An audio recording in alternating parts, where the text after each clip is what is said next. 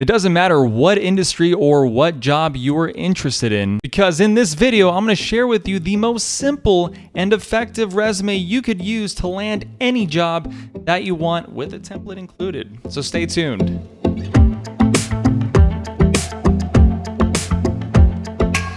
When it comes to your resume, you could take 1,000 different approaches. You can go explore a ton of different resume templates, all with their own cool and unique design features. But here's the truth. A resume alone won't get you a job. So Rich, why are you wasting your time making this video? Are you saying a resume is not important? Now, before everyone gets all worked up, I'm not saying that a resume is not important, because you should spend some time on it. But here's the thing, whether you spend 100 hours crafting the perfect visually appealing resume with the perfect format, perfect template, and stands out, or you just spend a few minutes watching this video, downloading the template that I'm about to provide to you and just filling it out, actually matters very little. There are seriously diminishing returns on your time investment pretty quickly when it comes to developing or crafting the perfectly visually appealing resume. And that's important to know, because you could be better spending your time on activities that actually improve your chances of landing a job. It could be earning credentials, gaining different types of work experience. It could be building a portfolio if you're in a creative field, and networking. Networking is the biggest one by far, but that's another video for another time. Make sure to subscribe if you want to see more content like that, because I've got videos in the works for it. Bottom line is this: you don't need to go overboard on a resume. Just keep it simple. All you need to do is include your relevant experience, your educational background, skills that you might have, and relevant links to your online presence, whether that be a website or your LinkedIn profile. And you need to present all of this in just a simple, basic, easy to read format. Now, before I do a quick walkthrough of this resume format or of the template, I do have a link in the description below that's going to direct you to my website, where there is a downloadable, totally free template that you can use that I'm going to walk you through here in a moment. So make sure to do that first. This is a format that I've used my entire career with some adaptations to it, and I've been in my career for a little over 10 years, and it has worked time and time again. And it is applicable to any job, so it will work for you. So let's check out that resume. So here it is in all of its simple glory. And what you see first, of course, is just the sort of template itself that gives you what you can fill in. I'm not going to walk through this one. I'm going to walk through the actual example that I have here, the made-up profile of a gentleman by the name of John Smith. I know, very unique name, so no one would have ever thought of that. And unique phone number, of course, 123-456-7890. LinkedIn profile, email, all that stuff. So I wanted to talk through some of the elements of this resume and why it makes sense, and maybe why I've excluded certain elements that you thought might have been included, and explain a little bit why there. First off is relevant experience, and this is going to be done in chronological order, starting with the most recent experience first, going backwards in time. And pretty basic stuff. Nothing should be too surprising here. You've got the name of the company. You've got the location, which these days, this isn't all too important. Location, not that important. You can decide to leave it in there or exclude it. It doesn't matter a lot. But you do want to talk about the roles that you've had at that company. And if you've been at one company, you've had multiple roles, well, you can categorize that, or you can bucket that underneath the main company you're talking about, so you don't have to repeat the company over and over again with each job experience. The job that you had and approximately when you were in that role. So I generally leave it at the month, year, and if it's present. And then here's how you should structure your role. The experience, or the details rather, is the first bullet should be the general role and responsibilities of the role, and perhaps the scope of your responsibilities. So you may include a figure of the business that you manage or the team that you manage. There are some metrics that you can usually put behind that to convey to the hiring manager the level or scope of responsibilities that you had. But then you want to dedicate the upcoming bullet points to highlighting your achievements. And generally, you want to pair this and support it with actual numbers. Numbers that can make these accomplishments seem more concrete. You can also show them that you've helped grow some other business or some other function in some way, and here are the actual metrics tied to that achievement. And you also want to talk about, if there's room for it and if it's applicable, how you went about achieving that. Now, this can also come out obviously in an interview, but if there's space in the resume in that bullet point to include some of those details, then this is a good place to add them. But again, here you'll see a lot of figures being posted, and generally I like to put in bold some of the numbers just so it stands out a little bit more.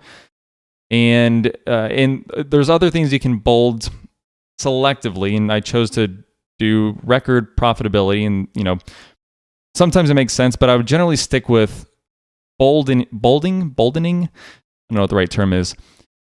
Making bold the numbers so that they stand out, and recruiters can, or at least hiring manager can, look at the resume and pinpoint those quickly. So those are your three elements for the details of a job role, which is general role and responsibilities and scope. If you can include numbers with that, that's ideal.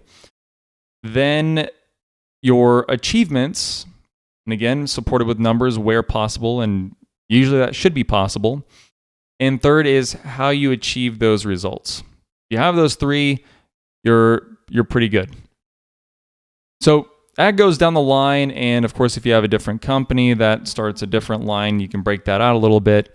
But then we get down to additional projects and experience. This is something that I actually recently added to my resume because there are certain experiences that I've had that didn't necessarily fit cleanly into the chronology of my career, if that makes sense. And I'm going to explain that in just a moment. But there might have been roles that ran concurrently with my actual full-time job. There were times where I was working with the university that I did my MBA program with to lead teams to do these consulting projects, which for certain roles that's relevant, because if I'm talking about people management or leadership, that's an important experience. But again, it ran concurrently with some of these roles, so there wasn't a clean place to put that, and I didn't want to really break up this storyline that I was trying to create with my experience. So I created a separate section for that. And what's also common these days is people have side hustles. People have side jobs for a number of different reasons, but if one of those experiences is relevant to the job that you're applying for, then by all means do include it. If there's metrics you can tie to that, if there's achievements that you can tie to this and convey in the resume and ultimately in an interview and talk at length about it, it's worth including. And I think that would be a good boost to the resume.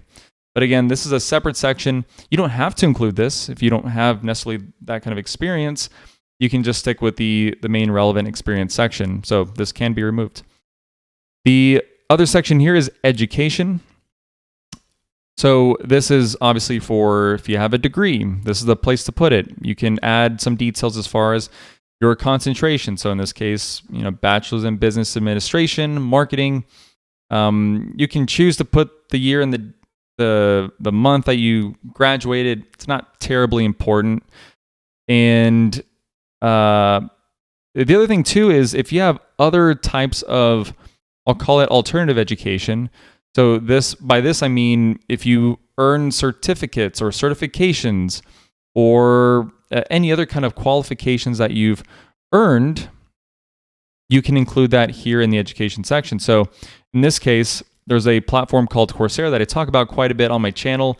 Make sure to check out my channel, subscribe, check out all the content that I have there on Coursera. And what it is, it's an online learning platform where universities, not just universities, but other institutions or companies, they can provide content on certain subjects that are important and relevant to the job market.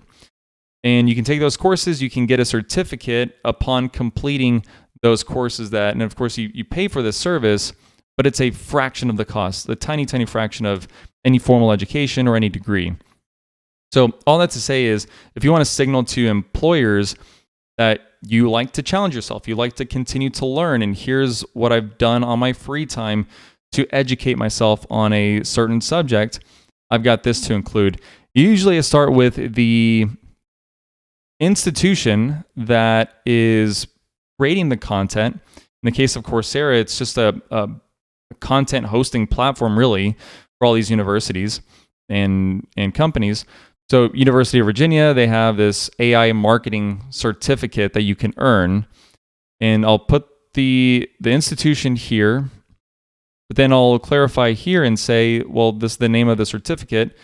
And it was done, if applicable, through some hosting platform like Coursera, and when I completed it. There's also other avenues for education. So Harvard, they offer executive education as well. So you can say Harvard University, this executive education certificate on entrepreneurship or whatever it is else that they have. I think they may have one on data analytics. Don't quote me on that one, but I know MIT has one.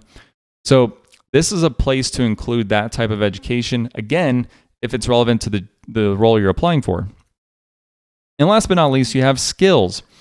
So the only thing I'll mention here, this is more or less self-explanatory, has been in resumes for a long time, is you don't really have to mention Microsoft Office programs like Word, PowerPoint, and Excel. It's expected that you know how to use those applications.